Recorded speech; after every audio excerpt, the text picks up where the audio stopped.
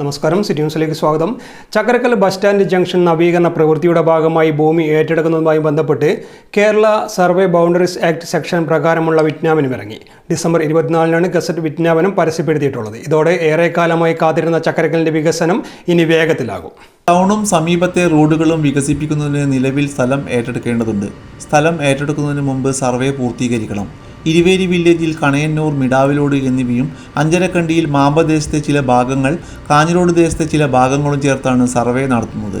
കണയന്നൂരിലെ 5, 7, 8, 28 മുതൽ 44 വരെയും, മിടാവിലോട്ടെ 2 മുതൽ 6 വരെയും, 9, 18 മുതൽ 20 വരെയും, അഞ്ചരക്കണ്ടി വില്ലേജിലെ 1 മുതൽ 7 വരെയും, 15 മുതൽ 23 വരെയും, 27, കാഞ്ഞിരോട് 128, 130 എന്നീ സർവേ നമ്പറുകളിൽപ്പെട്ട സ്ഥലങ്ങളാണ് സർവേ ചെയ്യുന്നതിൽ ഉൾപ്പെടുന്നത്.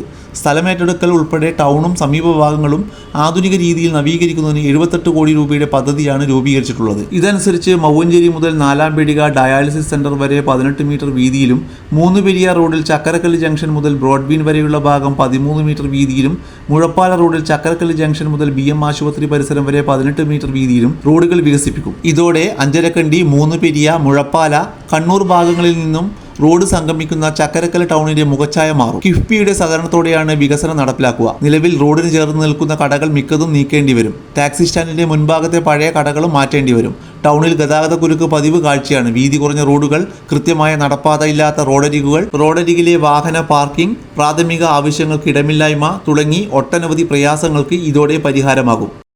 കൂടുതൽ വാർത്തകൾ അറിയുവാൻ സിറ്റി ചാനൽ വാട്സ്ആപ്പ് ഗ്രൂപ്പിൽ ജോയിൻ ചെയ്യുക. ഒപ്പം യൂട്യൂബ് ചാനൽ സന്ദർശിക്കുക. വാർത്തകളുടെ അവസാനിക്കുന്നില്ല. മറ്റൊരു വാർത്തയുമായി വീണ്ടും കാണാം. നമസ്കാരം.